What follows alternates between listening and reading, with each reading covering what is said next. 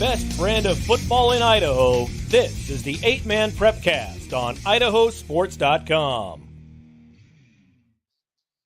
Hello, everybody. Welcome in to the 8-Man Prepcast live here on IdahoSports.com, as well as our social medias. If you can take a minute and just like and share this while we get going, we'll get it out to everybody that could not be here. I'm Paul Kingsbury. I am joined in the upper left there by Coach Lane Kirkland from Cary, and of course, Mr. Idaho 8-Man himself, the Will Hoenike. Thanks for joining me tonight, guys. Good to be here. Great to be here. Well, there's a lot to talk about as we're getting to the end of the season, and this is one of the breaking news. We're on live, right? Yes. Cleveland Indians just came back to beat the New York Yankees in the ALCS. I'm sorry, but here on IdahoSports.com, we call them the Commanders. Wait, not Commanders. What are they? What's their name now? The Guardians. Guardians. That's right. Yeah. Cleveland Indians forever. Yeah, I hear you. Anyway, let's focus. Good breaking news. Yeah. Pedro Serrano went deep. He said the magic word to Joe Boo, and it was out. Joe Boo. Yes. Yep. He's in good hands. Deep for. Hey, let's talk about some. 1 minute and 40 seconds to completely derail the show. That's not a good sign. Not a good sign. Let's start off with talking about some 8-man football. Let's start off with the best game last week, the game of the week that it turns out to be. And that was, and I think a lot of people thought it might have been a snoozer. Lakeside taking on Coeur du Christ. Ended up being an overtime game, 2-point win for Coeur du Christ. Ben Conley, he had one of those games that he'll be telling his grandkids about. Got a touchdown, got the 2-point conversion, and then blocked a 2-point conversion for Lakeside to seal the win. It just sounds like when I got that score in, as we're putting up scores during the night, I got that score submitted and I went, no. And so I deleted it, and then it happened again. And I'm like, all right, some pranksters just wanted to get this up.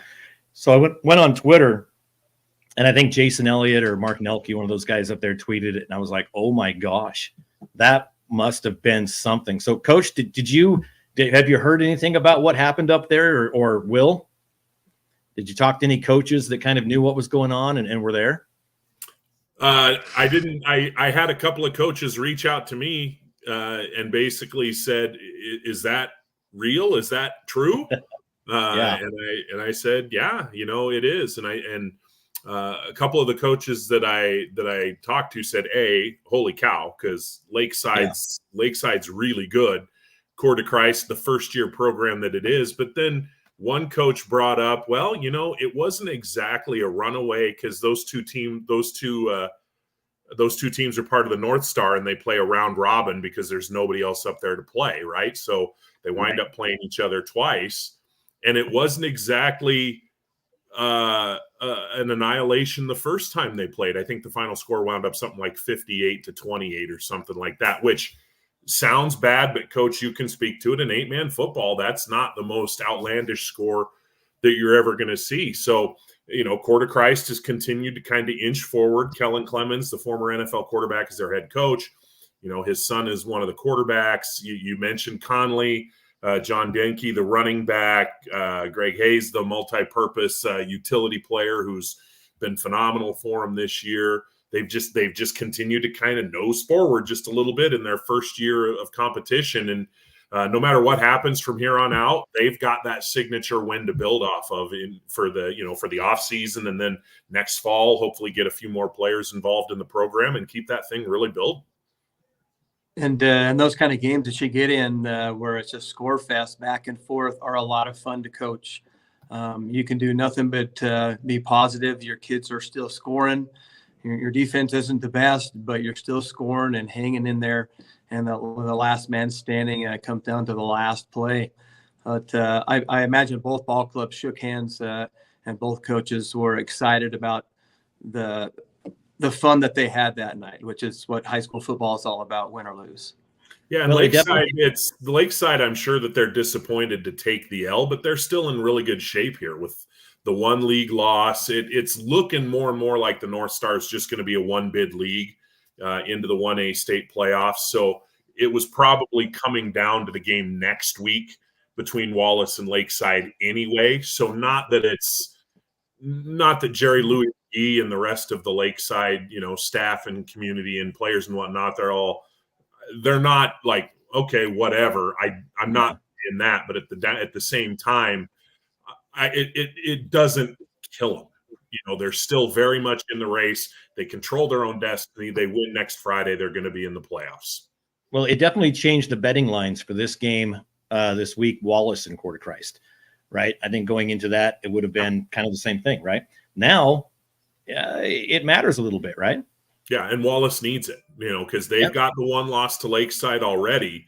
So they don't want to put, 1,000% of the eggs in the win or go home category next week. Because even if they win, now you're in the tiebreaker situation because they would have each won once against each other if they win out. Okay, but now if Wallace loses this game, they have to win to get to the tiebreaker. So yeah, it's Jared Young and his staff and his kids. I'm sure he is very much making sure that they know, okay, guys, we just saw last week what they can do. We cannot afford to let that happen to us if we want to be playing football in November. Yeah, there's no looking past, right? For sure. Well, this is the Idaho 8-Man Prepcast presented by Ideal Idaho College Savings Program. We'll talk about them in just a minute. But the big story of that game, guys, was the 2-point conversions, both good and bad. You make them, you don't make them, it matters. And that is the topic for this week's edition of Coach Kirkland's segment. And so let's dive right into that, Coach. Take it away. Yeah. So 2-point conversions, man, what an important part of the ball game. What an important. The title this week is Going for Two. Okay, going for two. One last thing we have to do in 8-man football is hold this up when we score a touchdown, because we're obviously likely going for two. So I did a little research here on the history of the 2-point conversion, and this is from college, and this from an acclaimed writer from the website below. You can gather some of these facts here. But from 1876 to 1957, only the kicking PAT was offered, and the goalpost was 18'6" wide, and the conversion weight was 65%. In 58, which is a year before my dad graduated from high school, the 2-point conversion was finally offered. And it was the only time in history where, in college football anyway, where more 2-point attempts were taken because of the value, obviously, and then were PAT kicks, which is kind of cool. So I kind of noted that there. And then in 59, another change came about where the goalposts were widened to 23 foot and 4 inches, and the success rate went up 10% in the kicking realm. And so the coup d'etat of the coup, I should say, of the 2-point conversion kind of started to dwindle as the success rate of kicking PATs went up. In 1970, the 2-point conversion success rate was at 47%, which is the highest it ever been in college football. And in 2014 was the lowest at 34% right there. But the goalposts went back to 18'6" in 1991. And of course, we have tremendous kickers today in the college realm here. Let's bounce back here. So you can find all that information right here on that website that's down below there. And it's worthwhile looking at because there's a value given to 2-point conversions versus one, which is kind of fun to take a look at if you're a mathematician kind of dude. So why go for two? Well, obviously 2 is greater than 1. In 8-man, we don't have 100 players to choose from, so we don't have a lot of great kickers. Our chances, honestly, I think, of scoring a 2-point conversion in 8-man football versus kicking are probably higher and because of the field size. 8 versus 11-man, we got a lot more space out there. So a 2-point should be a little more manageable, and our opponents are doing it, so we have to match that score. So the values, you can see those right there. They add up. 3 times 2 is 6. 6 times 2 is 12. Those things add up to values of touchdowns in a hurry. And here's a couple of samples here where they added up, but every single extra point counted throughout the whole game to send those two games, state championships, into overtime. I was there in 2009 to watch the Salmon River Mackey beat down fast, and man, it was a score fest, and it came down to an incomplete pass, I think, or a sack, and Mackey not being able to tie it up for a third overtime in that game. And then us versus Lighthouse in 2019, tied at 28. We both missed two conversions throughout the game, which would have made the difference and likely sealed the deal without going to overtime. But those mattered, and those were the outcomes by 2 points in the Salmon River one and a touchdown later on in our first overtime. So I called some old dudes, the old timers here, the good old boys, as I call them, to get some of their philosophies. And I started with old Randy Spaeth down south. He's the General Lee from the south, the 01 car there. And talked to him for quite a while, but his philosophy, it says, was all about the mindset. We have to have our kids' mindset on getting 2 points. It's serious, kids. 6 is nice, but 2 is better to add on to that score. I know when kids look at the scoreboard and see 8 instead of 6, it has something of a mental effect on kids, and that was his philosophy. It's finish the job. You got 6, now get 2 more. It's just 3 yards. Do this one more time and get the job done. So his approach was, of course, having a short yardage package, 2-point package, as well, some specialty items there, and personnel certainly does matter when you call those plays there, getting the ball to your dudes and getting it across. And his goal was 80 to 90%. And of course, we know Randy was a heavy run kind of guy, had some speed and some good blockers up front. And so that was the General Lee from down south in Coach Spaeth, giving us some ideas and concepts there. Then I called my old rival. Hadn't talked to Corey Holloway for a little while at Lighthouse Christian.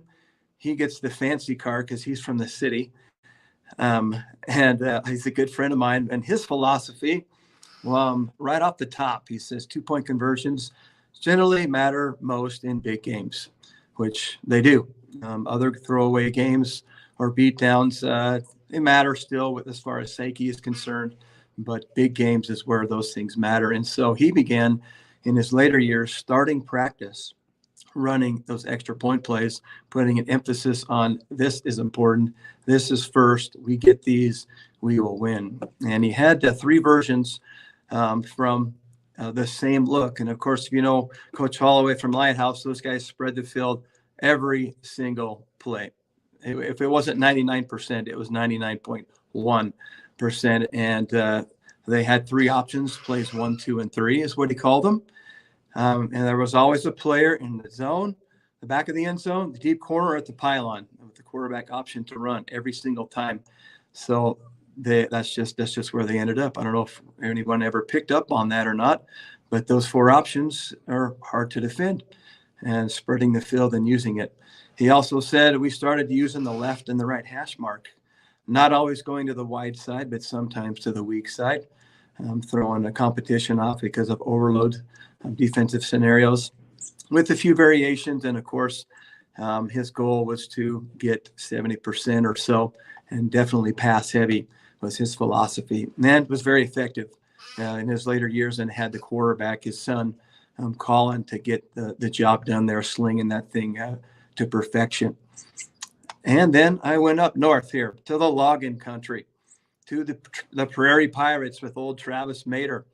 I coached there for 7 or 8 years, and his philosophy, the gist of that was defense. The best defense you should play should be on 2-point conversions, because that's where it matters. And I thought that was a great way to look at it. And that was his mindset early on, was to just stop those things. And then, of course, his attack would be a balanced run-pass attack using his famous I formation, pulling guards and just laying the lumber on people to get across the goal line there. That overall, get it to your dudes. It adds up. And he spoke to 5 or 6 games in season and in championships where it mattered. and games were decided by those points. But it's the toughest 3 yards in football, and the goal for the Pirates was to get every single one of those things. So a great philosophy from old Coach Mater there. And to finish up today, just a couple of thoughts on the thought bubble there. Make sure you select and rip your best extra point plays often. If not 2 days a week, I think would be very, very key and very important. Think north and south. So many times as coaches, we get so crazy here. We got to run the Philly special 12 times, and especially on the extra point because it worked on Monday night.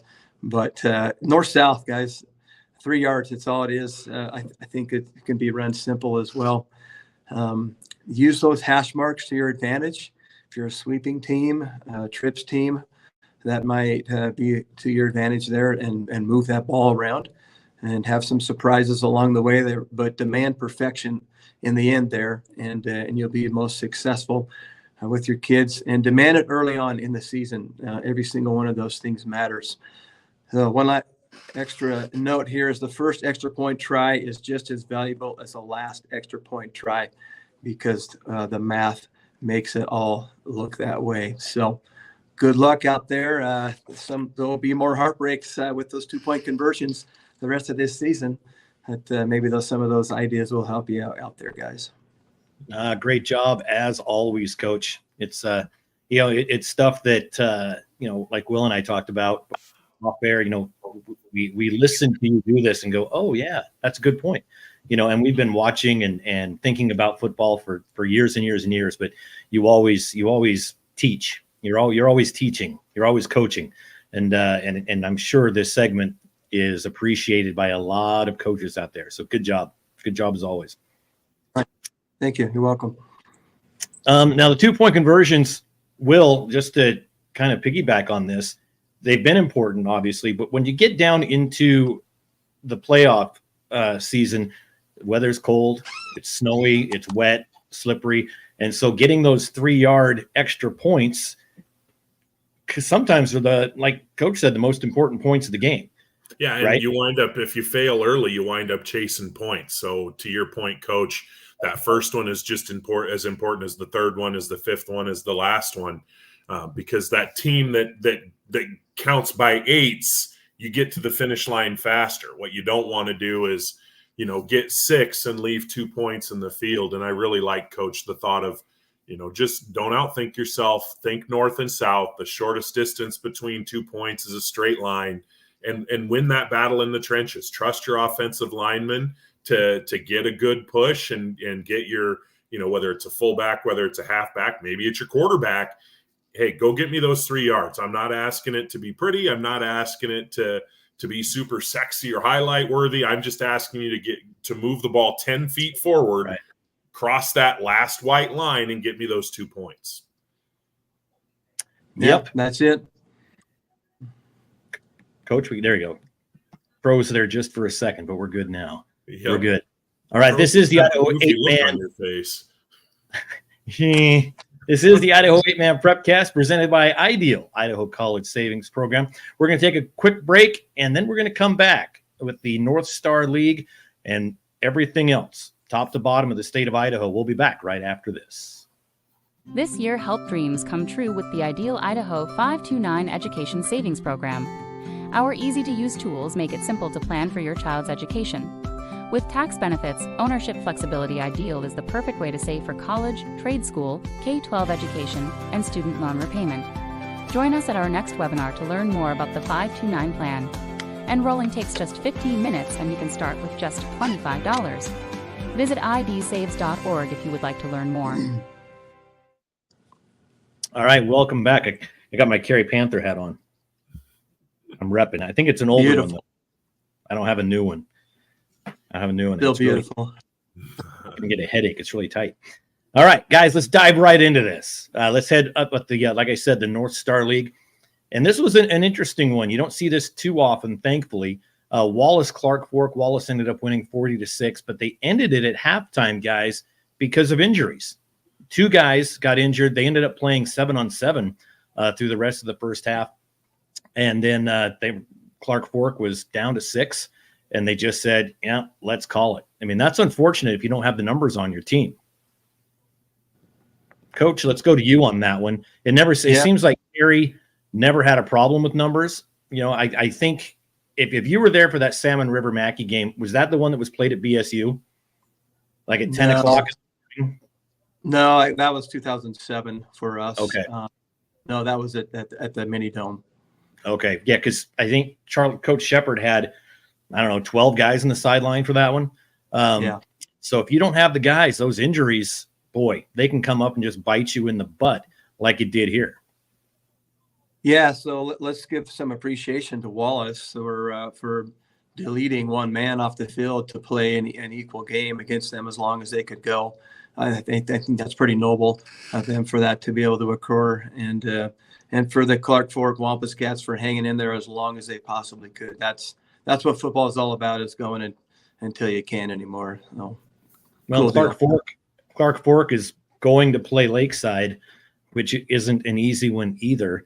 I haven't heard if those two players are back.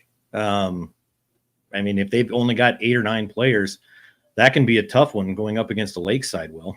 Yeah, it's tough when you go into it knowing that you're basically a pulled hamstring away from the end of the game. And football is a tough physical game, and through the best of intentions, sometimes things can happen. And a couple of weeks ago when Centennial Baptist played their first game against Wilder, the two coaches agreed, because Centennial Baptist only had 8 players eligible that night. I believe they're up to 11 now, but they only had 8 players eligible that night. So the two coaches and the officials got together and they agreed to eliminate all kicks altogether.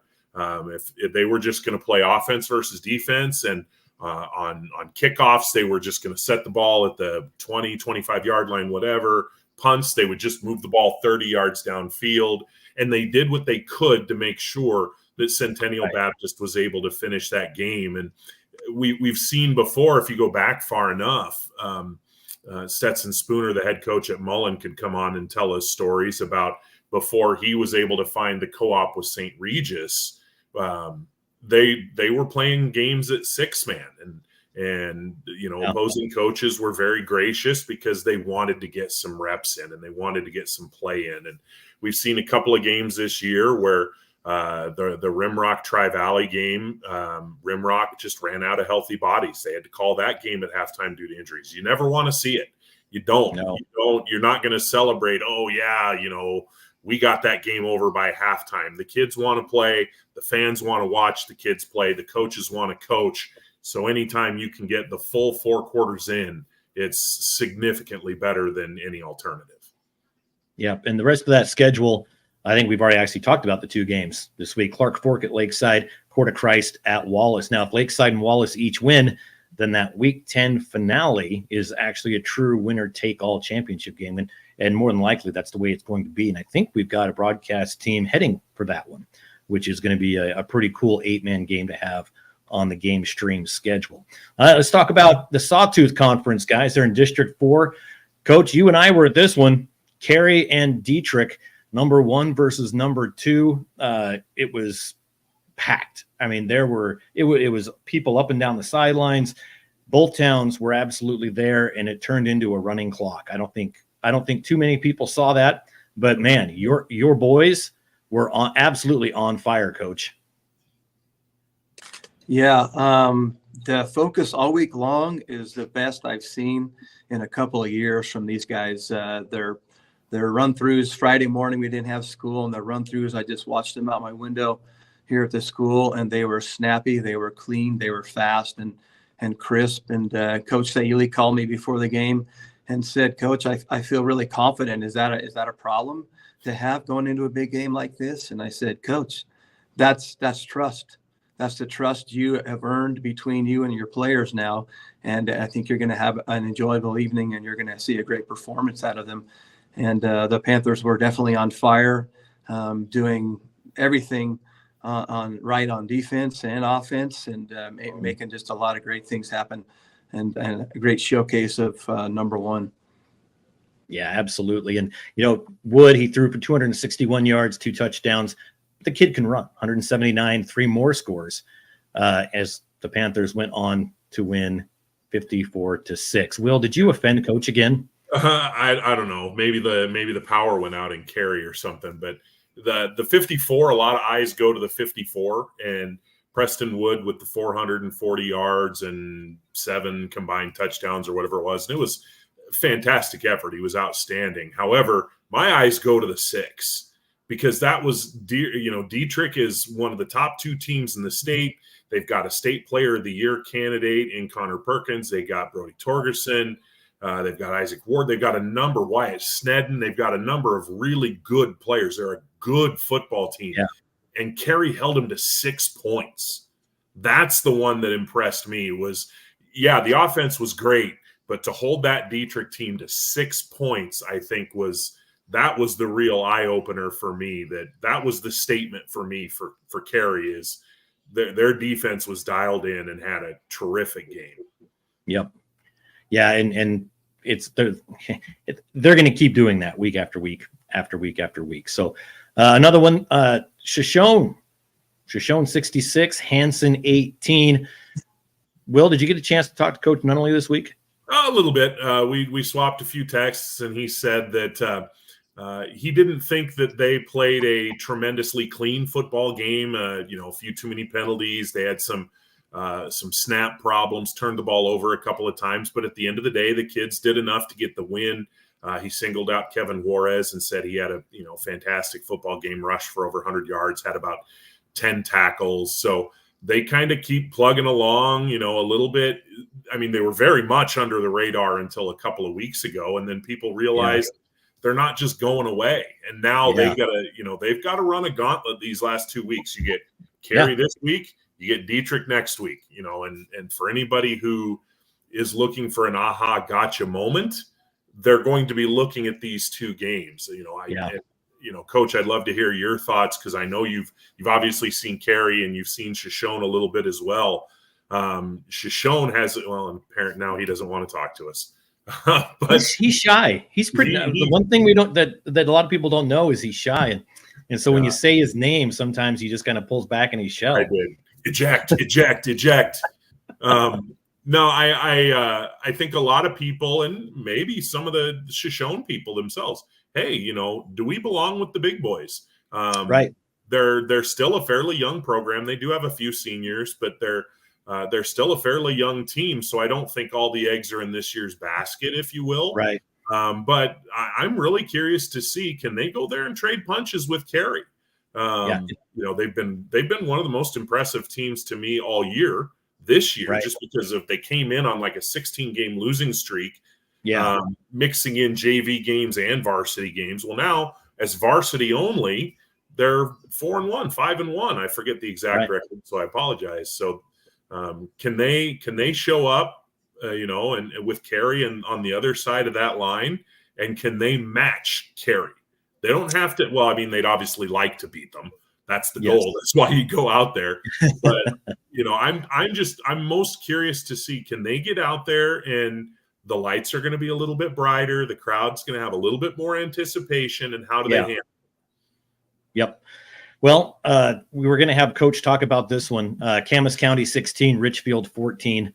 Camas County, Richfield, both having some down years.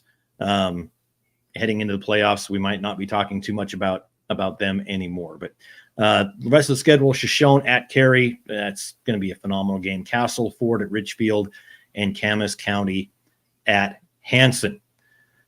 All right, we're just gonna keep going, Will. We're just gonna keep going. Let's go to the long pin. That works. We're gonna go to the long pin, and we're gonna talk Council and Garden Valley. So Council, got my Council hat on now.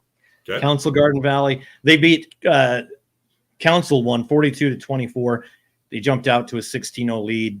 Council answered back, but in the end, Council really is a strong, tough team. Yeah, and they're really strong up front. Vining and Croyle along the offensive and defensive lines, that's going to give them an advantage over most teams. And Field, the dual threat quarterback, he can throw it a bit, he can run it a little bit. Back-to-back 6 touchdown games against. You just basically described every 8-man team in Idaho. Every dual good threat one. Yeah, I mean that's what you want, right? You don't want to be a completely one-dimensional team, but Hatfield gets the 6 touchdowns against Tri-Valley and then comes back with 6 touchdowns against Garden Valley. That's pretty impressive. Coach Kirkland just sent out the punt team. Yeah, I just saw this.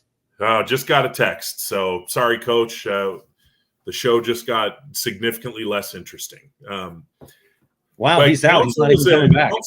Council was a team, out of that long pin. You had eyes on Tri-Valley, you had eyes on Garden Valley. They got ranked a little bit sooner in terms of the media and coaches polls and whatnot.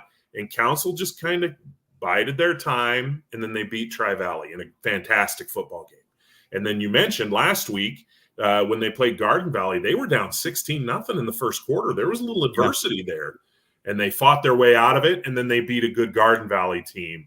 And so I think in the eyes of most, at least in my eyes, I think they've cemented themselves as the top team out of the long pin. But the other thing is the long pin's good, man. The long pin is good. Is that Coach Colin? No. Okay. I just did not silence my phone like a okay. Well, whoever it was, tell him I say hi. The long pin is good. I mean, you got Dietrich and Carey are beasts down in District 4, but you could potentially possibly have 4 playoff teams out of the long pin. And the 3 that I think that I'm willing to pretty much put in ink in they will go. Council, obviously, Tri-Valley, Garden Valley. Cascade's on the bubble.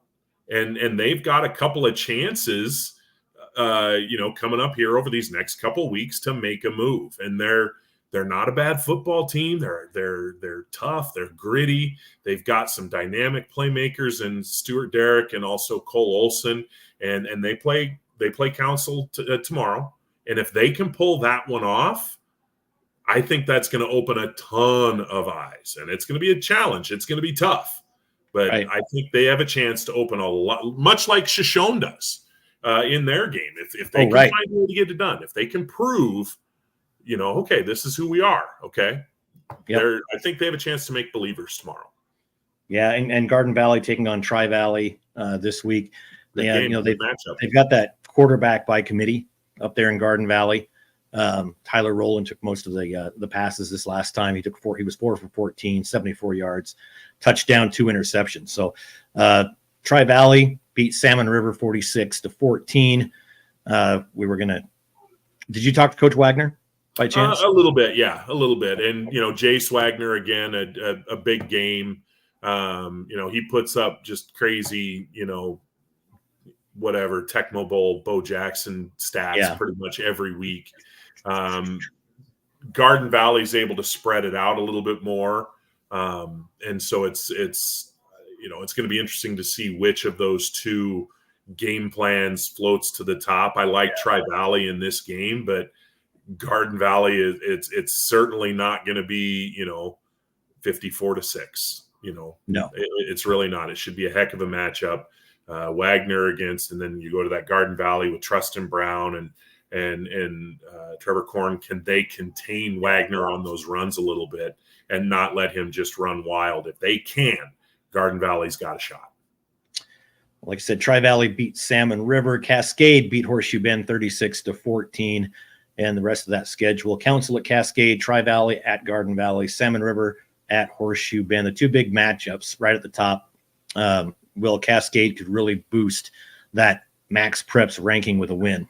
Yeah, they can. And it's going to be a tough challenge because I think, I would put Council right up there, pretty close to Dietrich and Carey right now, as far, and I know that's how they're ranked in the Max Preps. But if we're just going eye test, I think those are pretty clearly the top 3 teams right now. And Cascade, somewhere in that, they're kind of in that bubble. There's a big group of teams that I would say probably 8 to about 14. There's not a ton that separates those teams, whether you're talking about North Gem, whether you're talking about Chalice, whether you're talking about Cascade, whether you're talking about any of those teams kind of in that range. They're all pretty tough and they're all capable on a given night of doing some damage. And I think Council is a little bit up above that. So Council, they're going to have to be ready for Cascade to bring their A game. And if the Ramblers bring their A game, it's going to be interesting. It's an afternoon game in Cascade tomorrow. I'm hoping to be able to actually go and watch cool. that game. We'll see if the travel gods and the work gods and all those gods are on my side tomorrow. And I do think that Cascade, if they play the way they've played the last couple of weeks, they've been pretty sound. If they can do that, they're going to make Council work. They're definitely going to make Council work. Yeah, it's going to be a fun weekend. Let's wrap up with the Rocky Mountain Conference over there in District 5-6. Chalice and Water Springs, another high-scoring affair. 56 Chalice, Water Springs 48. Nelson for Water Springs, 19 for 31, 260 yards, 4 touchdowns. Oh, and he also had 11 carries for 63 yards and 2 touchdowns. We're going back to what you said about that dual threat quarterback in the 8-man. You have to be a runner and a passer, or else it just doesn't work. And Chalice had much the same thing. Jason Farr, about 300 yards passing, almost 200 yards rushing, and a big chunk of his 300 yards passing came with about a minute to go. A 95-yard touchdown pass to Garrison Applegate to win the game. But that'll pad the stats. Yeah, that'll up the per catch average when you go literally the length of the field. But yes, this sets up, Chalice getting this win. They needed that to keep their playoff hopes alive, and there's a path going forward, and it's a very possible path. It's not one of those paths where you need an 0-7 team to beat a 7-0 team to get to it. Yeah. But you could have 3 teams sitting at 3-1 in this division when the regular season ends, and it will then have created again the perfect circle where North Gem will have beat Rockland will have beat Chalice will have beat North Gem, and so then you get into tiebreaker land to figure out who's going to be in the playoffs. And Corey Hatch, I talked to him a little bit this weekend as well, and he thinks because they have 2 good Max Preps bump games. They play Grace this week and then Rockland next week. So he thinks that they have a chance, obviously, to win the division, because they do, or maybe stay in that conversation for that 11 or 12 seed as an at-large bid. And Paul, we've been around this long enough to know that Corey Hatch, that option offense that he runs, that ground heavy, we're going to grind you into dust, with Rusty Hatch at quarterback and Craig Yost at fullback. They're a scary enough matchup that even if you don't think they're great, the style that they play, if they take care of the ball and they control the clock, they're going to be a tough team to handle. They're going to be a tough team to beat. Yeah, and what we're looking at now is if the playoffs were today, right, as well as the actual Max Preps rating as of this week. And so, you see Carey up top, the 4 highest ranked district champs get that first round bye, and then the lowest ranked conference champ plays the lowest at large. So it still helps them. But you're looking at Cascade, in there against Deary, Chalice coming in with that number 11 spot. Tri-Valley's there, Shoshone in there at the number 8 spot. So if the tournament was today, it'd be a pretty interesting bracket. It's a real interesting bracket right now, because you've got some where people fall on certain lines still to be determined. But you're talking about some of those teams that are in. I'm a big fan of mixing it up from time to time. And you heard me mention off the top, the Guardians defeated the Yankees in the ALCS tonight. I'm one of those guys. I'm fine with the Astros losing. I'm fine with the Yankees losing. I'm fine if the Dodgers lose. I like to see some new teams that get a little bit. It's a little bit bigger deal. And for Shoshone, this is a team. Using them as an example, 16-game losing streak coming into the season. Another team, Chalice. They have struggled the last few years. They were a good team a few years ago, downturn in numbers. So to them, some teams may look at being the 11 seed as, oh man, why even bother?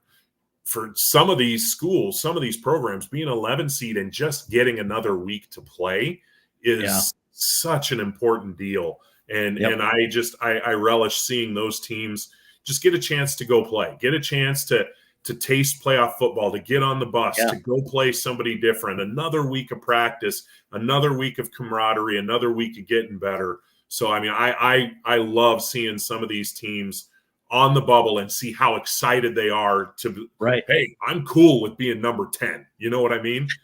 Right. Everybody wants to be number 1, but I'm cool with being number 10 because as somebody once famously said to me, and don't get mad at me because it's kind of, kind of a funny thing to say, but I'd rather be the ugliest kid at the dance versus the prettiest kid that doesn't get an invitation.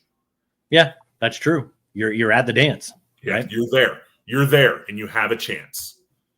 So you're saying there's a chance. Yes, Lloyd Christmas makes his appearance. Well, the schedule this week: Rockland at Water Springs, Mackey at Chalice. Must-win game for Chalice if they want to stay. Yeah, they have to. If they want to force that tide, if they want to get to that potential three-team playoff, or cement themselves as a 2 seed, they have to win this week. If they lose, their road gets a lot rockier, like immediately. Yeah. Well, the White Pine League, they were on bye last week. So the schedule this week for them is Genesee at Timberline and Lewis County at Deary. We're going to take another quick break, and we'll be back with the District 2, the 2A White Pine League right after this. This year, help dreams come true with the Ideal Idaho 529 Education Savings Program. Our easy-to-use tools make it simple to plan for your child's education. With tax benefits, ownership flexibility, Ideal is the perfect way to save for college, trade school, K-12 education, and student loan repayment.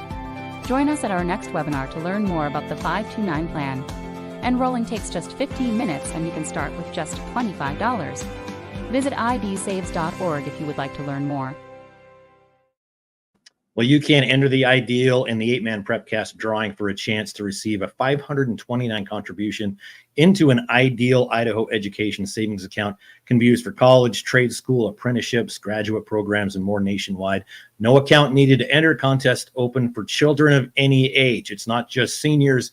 It's not just high schoolers. You can enter this for your 5-year-olds to get this going. Contest is limited to families with children attending or planning to attend 1A or 2A public or private schools. Now, a cool thing about this is, let's say they end up not going to college. Well, in the end, they can roll that money over into an IRA for that individual kid. So even if you don't plan to go to college, it actually makes a lot of sense to do it this way. You get the IRA and it's tax-free, right? Can't beat tax-free. So just go to the Ideal's website. You can also go to IdahoSports.com, go to your schedules, and there's an ad right there on all of the 8-man schedules. You can click that and find out all the information to sign up for that contest. Get out there and do it. You don't have to be high schooler. You don't have to be a senior. If you're a parent, deadline's approaching, correct? Deadline is approaching. Deadline, enter to win by October 25th. So yeah, it's coming up next Friday. Very, very soon. Next Friday. Yep. So yeah, get there and take care of that. It's free money. You kidding me? Yeah. Free money. You can't beat that. All right, let's talk about the 2A White Pine League. Kendrick. Put my Kendrick hat on now. Kendrick and Kamiai.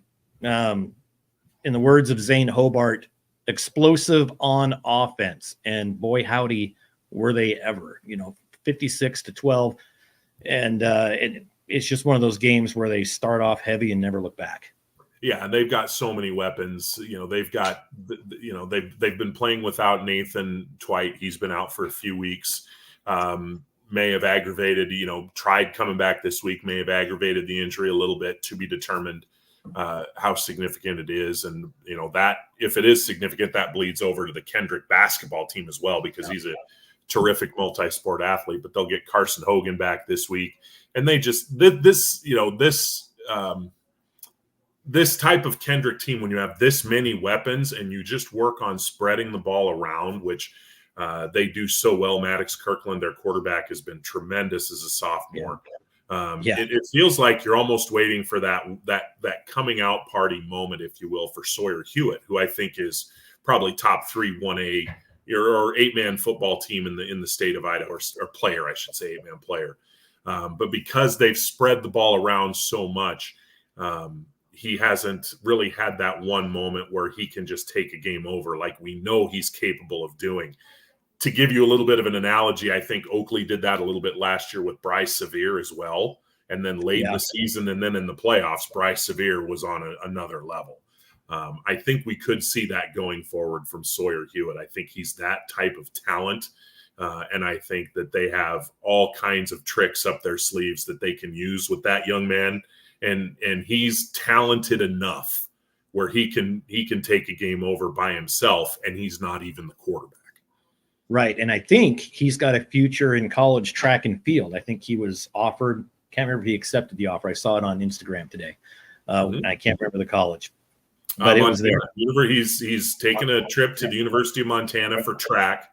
From what I understand, he's had several smaller schools talking to him about football as well. So when it comes to that opportunity to be a student athlete in college, you follow your heart and you take your best opportunity. But for a 1A or a 2A, some of the smallest schools in the West, to be getting colleges like big colleges like Montana to say, hey, come on over here, we want to talk to you.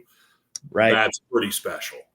And I had a daughter run track and cross country in college, so I can tell you that the scholarships are much better for football than they are for track and cross country. They are, and they also, and I know your kids are all great in this area too, but you get a lot more scholarships for academics for doing your schoolwork than, you may get some money to go play football or go play track or baseball or whatever. But take care of your grades, take care of your studies. It makes you even more recruitable because you can get academic financial aid also. Right. Well, the Pirates, Prairie, talked about them, or our coach did in his Coach's Corner segment. The Pirates moved into third place in the 2A White Pine with that win over Potlatch, 46-32. Of course, Uhlencott led the way on both offense and defense. Somebody with the last name of Uhlencott's been doing that for 28 years, I think. Long time. Yeah, they just carries 350 yards, Will. 350 yards, 4 touchdowns. That's a lot of yards. Yeah, and they as a team, Prairie just seems to be getting better. Ryan Hasselstrom back in the saddle as the head coach. Maybe it took a game or two to kind of figure out how the pieces fit together. They're playing really good football right now, and they're going to be in the mix in November, and they're going to, somebody's going to have to knock them out. They're not going to just go away quietly. Yep, they have slowly climbed that ladder as the season's progressed. Now, Lapway beat Troy 54-12. A 70-yard interception returned by Joseph Whitefoot. Pretty good highlight of the day for the Wildcats. Troy dropped to 1-7 on the season, 0-5 in the league. So Troy having a bit of an off year, and Lapway having a pretty good game to finish things off in the White Pine. The schedule this week, it's a good one. Logos at Kendrick. That's going to be a good one. Prairie at Troy, Kamei at Potlatch, and Lapway at Clearwater Valley. And I got to put my Clearwater Valley hat on. Coach Allen, I need a smaller size. This is more Will's size. So we'll work on that. Or grow your hair out, maybe. Try that for a change. You know what? I actually am. I'm actually growing it out right now. So don't go mullet. Let it get puffy up front, up top. Oh no, I'm going full mullet. Oh, you kidding me? That's such a bad decision. Cool. Logos Kendrick. I think most of the state has had that game circled all year long. It's finally here. I've asked a couple of coaches, hey, what do you think? And they both said just flat out, if Logos plays their game, they absolutely can beat Kendrick. They're a extremely talented team. They've got a ton of weapons all over the field. Seamus Wilson at quarterback. You got Ryan Daniels. You got Dom Porras. You've got just Lucius Comas.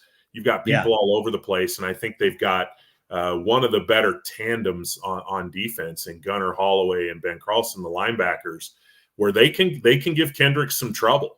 It's going to be really interesting to watch because I think, like I said, I feel like this is a game where Zane Hobart can turn Sawyer Hewitt loose a little bit, and he has a chance to take this game over. But I think Logos might be one of the few teams in the state that has the personnel and has the ability to keep him from running for 350 yards and 6 touchdowns. Right. If they play sound assignment football, they have a chance to make it tough. I mean, it should be a good game. It should be a really, really good game, an interesting game. And I think that anybody who goes is going to get their money's worth. Well, I think it was last time I was on this Prepcast. I just in passing said, yeah, Logos is the team to beat up north. In passing. Okay. Yeah. Okay. So I said it. Okay. And yeah, we did get a text from Zane the next day. He said, oh, I don't care. I like flying under the radar. And your response to that was? There's no radar that they could fly under. You don't win 86. You don't win 86 straight state championships. Yep. At 5 different classifications on 3 different continents and 2 different celestial bodies. Yeah. I don't think you do all that and fly under anybody's radar. But I understand his point in that sometimes it's, again, we got to remember we're talking about high school kids, right? And you don't want, as a coach, you don't always want them hearing how great they are all the time, because then sometimes you don't get the best out of them. Yeah, so you're right. His point is, go ahead, talk about Logos, talk about Prairie, talk about Butte County, talk about whoever. I'll just keep my kids focused. I'll keep them working. And then I'm not saying that this in an arrogant or pompous way, but he's going to let the results on the field, determine the who's right and who's wrong, basically. Right. Well, I'll give him a soundbite they can cut, and I'll pause first. Logos is going to kick the crap out of Kendrick. Okay. Now you can cut that out, use it, for material. Do whatever you need to do. Yeah. Nicely. All right, let's go to District 5-6. And the first game is Butte County. Got my Butte County hat on. These are really nice. Kendrick and Butte County got those patches on the front. Yeah, those are good looking hats. Yep. I like them. So they beat Raft River. And Raft River has been, they've had some bad luck this year with injuries. Butte County won 57-14. Did you get a chance to talk to Coach Sam Thorngren at all? Briefly. Yeah, briefly. He was happy with how the teeur performed. He said Levi Hendricks, he's one of those guys. He doesn't get the headlines. Razor Duke and Rawson Twitchell and Keaton Archibald, Coden Cross, those guys are the ones that get the highlights. And he said Levi Hendricks, he's just kind of one of those glue guys, intercepted a couple of passes. I think he returned one for a touchdown. So he was really happy with how his team played. Obviously, Raft River, they had the injury to Kai Ward earlier this year. They shot out of the gates. He gets hurt. It has slowed them down a little bit. But you're still, when you're playing a Chad Evans team, when you're playing against Raft River, you've still got to execute. And Coach Thorngren said that his team did. They did a nice job doing it. So, Raft River is going to be looking to try and rebound here to stay in the playoff mix as we're getting down to these last couple of weeks. But it was a good win for Butte County. And, they've got it. We'll get to it, but they've got a huge one coming up too. You talk about Logos Kendrick being a big one, and it is. It's really big. There's another big 2A matchup coming up this week too, involving Butte County. Yeah, our viewer numbers shot up in the last 45 seconds. So I don't know if they're like, hey, you ought to hear this hot take that Will and Paul just did. Somebody, Zane probably just texted his whole team and said, Kingsbury's donkeying us again. Oh, boy. Well, another game there. Grace went up to Clearwater Valley and soundly beat Clearwater Valley 36-12. We talked about this, you and I, with Clearwater Valley. Are they really that team that people can look past? And we kind of think no. We think that they've been playing, they've got a pretty tough schedule, and coming into their own now, end of the season, they could make some noise. All 7 teams that they've played thus far project into the 2A state playoffs, and that includes Grace. And head coach Alan Hutchins, he was highly complimentary of Grace. He says, well coached, they're a sound team, they're strong, they're big. And he said, but let's be realistic. He's like, we left some points on the field. They had a pass fall incomplete in the end zone right before halftime that would have changed the dynamic a little bit. They got stopped on a 4th and goal. They threw another end zone interception. So on one hand, you got 2 perspectives there. The Grace perspective, Coach Newby says, we made the plays when we need to. And you know what? He's right. But then on the other side, Alan Hutchins says, okay, well, if we convert those plays, it's anybody's ball game down into the last, 3-4 minutes of the game. And he's also right. And that's the thing about Clearwater Valley at 0-7. Yeah, they've gotten drummed a couple of times, and they'd be the first to admit it. But they had some injury problems coming into the year. They've got Tiago Pickering back. He's playing some good football for them right now. they've had a couple of games that were very, very winnable. And now they've got a couple of games left that on their own, Troy and Lapway may not give them the Max Preps bump that they would need to really get in the conversation. But depending on what happens around them, take care of what you can take care of. Go win those 2 football games.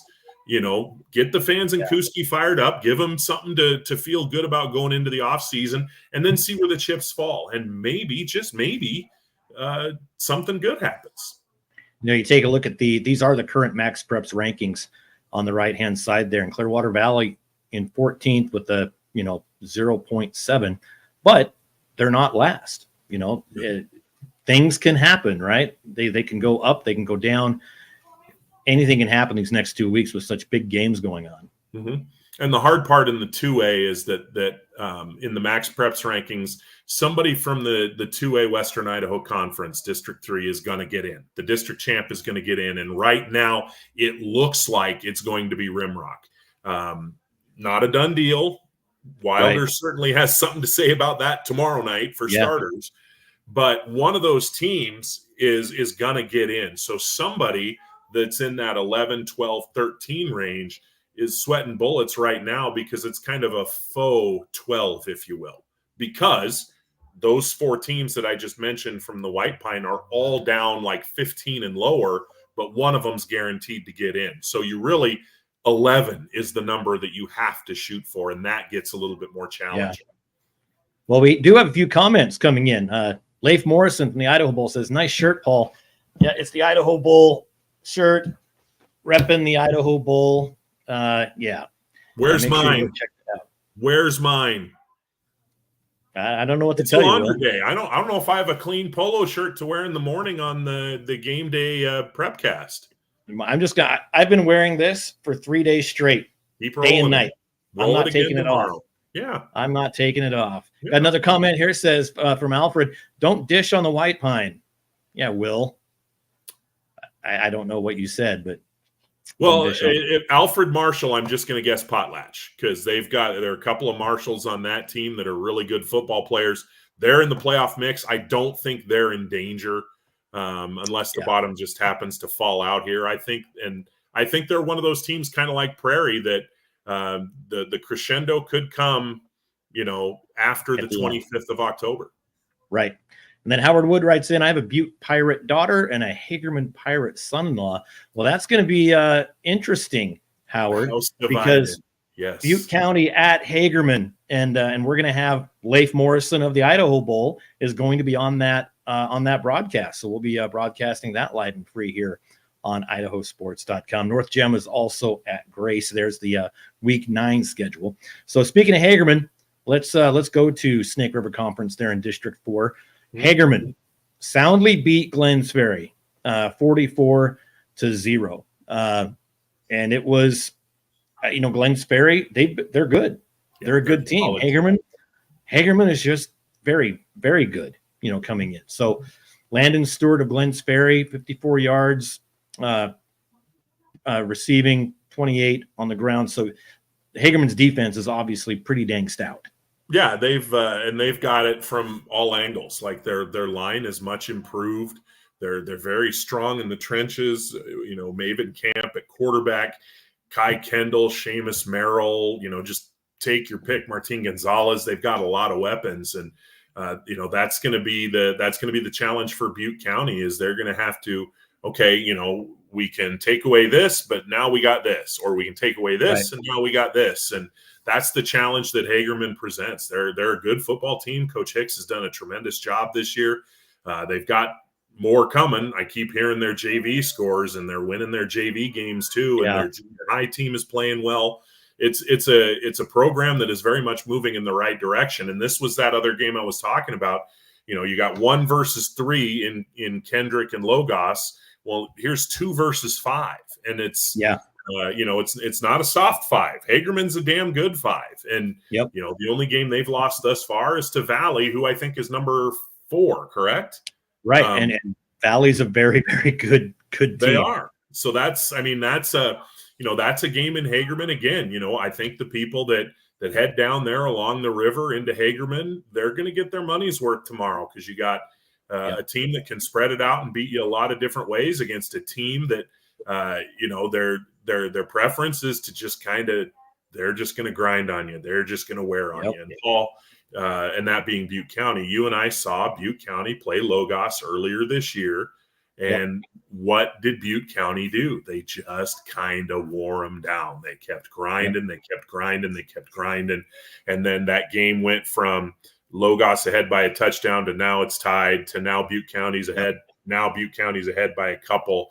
And that's what Coach Thorngren does so well. And that's what that program does so well is they're that anaconda squeeze, and Hagerman's a tremendous team. Butte County's, they're the defending state champs for a reason. That's going to be a whale of a football game.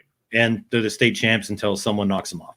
Exactly. Yeah. Basically. So watch out for that one. Like I said, we are going to have that one on the game stream schedule for this Friday. Let's look at Murtaugh Oakley. Murtaugh Oakley. All right. Get my Oakley hat on. I switch hats. Murtaugh came out on this one 62-28 over Oakley. Oakley struggling this year. And boy, I'm not sure. I'm not sure if I've ever said that before. Oakley struggling. It's been a while. It has been several years.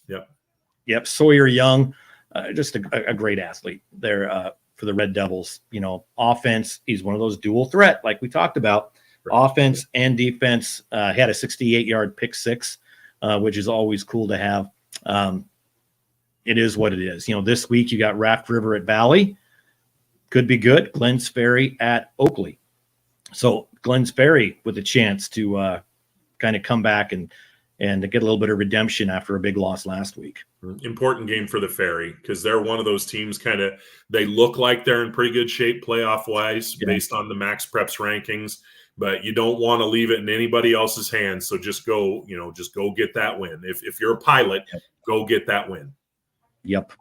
All right. One more. Let's look at District 3's Western Idaho Conference. Rimrock beat Idaho City 53-12.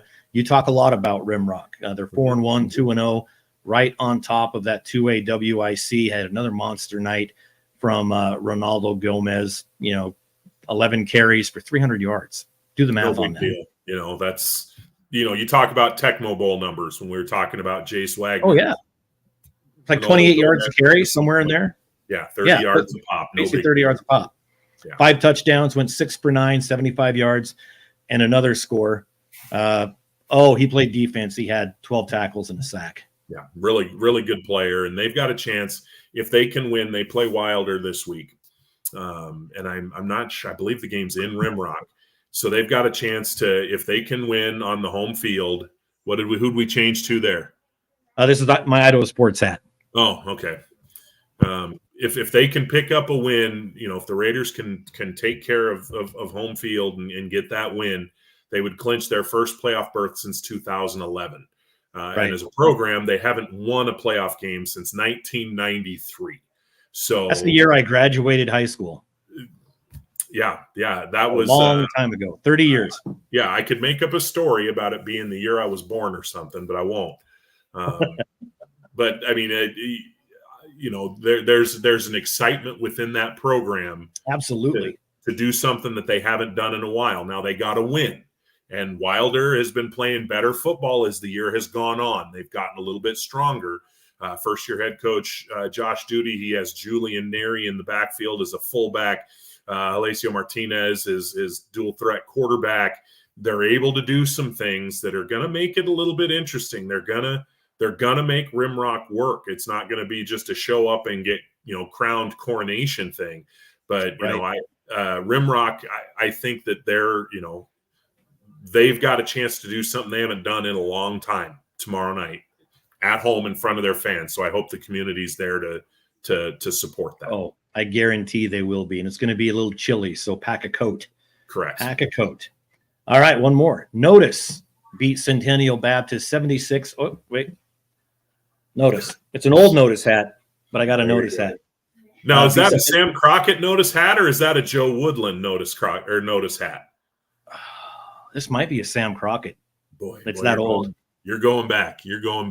I haven't gotten an updated one, I got a beanie from Coach Woodland at one point. I wonder where that is. I think my son Jackson was working that game with you because we had one of those notice beanies around the house. So. I think it's in my car for if I get a flat tire and a real crappy night. Does it fit on your melon? It does. Okay. Yeah. All right. Yeah, I'm not a pinhead like you. I've got a little tiny head. I know. Mm-hmm. Well, Guevara racked up almost 500 yards. Let's just go back to this. 461 total yards, 8 touchdowns to lead notice. 3-1 or 3-4 and 3-1. Yeah, I mean, they need some help. Notice they need some help. Yeah, they definitely need some help. So the rest of that schedule, Wilder at Rimrock, like you said, going to be a good one, and Centennial Baptist at Idaho City. Yeah, I'm done with the hats. I've worn all